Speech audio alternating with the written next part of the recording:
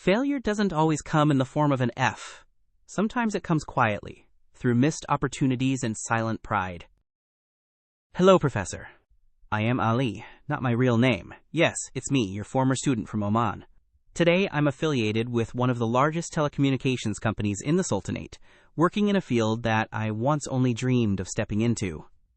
But before the job titles, before the polished presentations and the corporate meetings, I was just another student, sitting in your classroom with a high GPA and what I thought was an unstoppable mind. I've been following the stories shared on your page, stories of struggle, of growth, of awakening, and I felt a pull like it was time I told mine. You see, I was that student, the A-grader, the one who always sat prepared, always raised his hand. I read textbooks cover to cover. I could memorize chapters, recall timelines, cite names and theories as if they were etched into me. Everything about school felt natural to me. Exams? A breeze. Quizzes? Almost fun. Group work? I usually led. It all seemed perfect, until it wasn't. There was one course project. A big one, a milestone. I remember walking into it brimming with confidence, certain that my ability and intelligence would carry me through.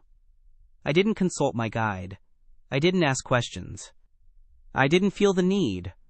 Why would I? I believed I had it all under control. Then came the defense. You were there, sitting on the panel.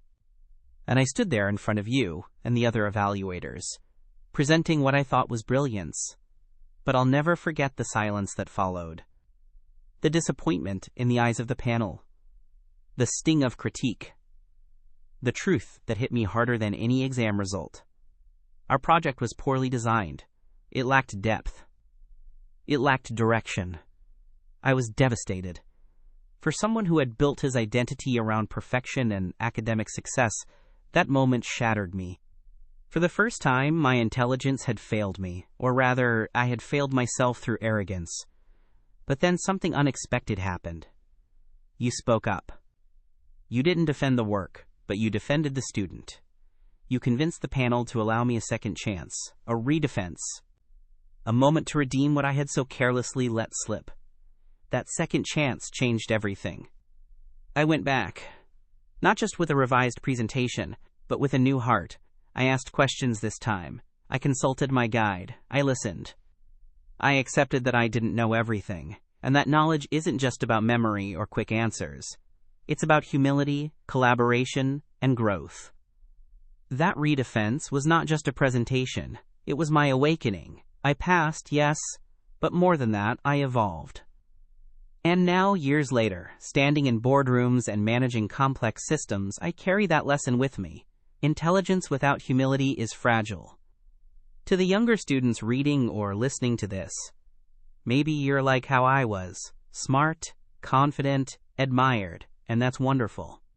But don't let success blind you. Don't let your confidence become a wall that shuts others out. Because no matter how sharp your mind is, you will always have something to learn. Consult your mentors. Ask questions even when you think you already know the answers. Listen to feedback, even when it's hard to hear. Be willing to grow, not just in grades, but in wisdom. Failure doesn't always come in the form of an F. Sometimes it comes quietly, through missed opportunities and silent pride. But when you fall, rise stronger. Take that second chance and use it to transform, not just to correct. Professor, thank you for seeing beyond my mistake and for helping me grow beyond it. And to every student out there, never be afraid to fall. Just make sure when you rise wiser. Shukran, Professor, for featuring my story. See you when I see you.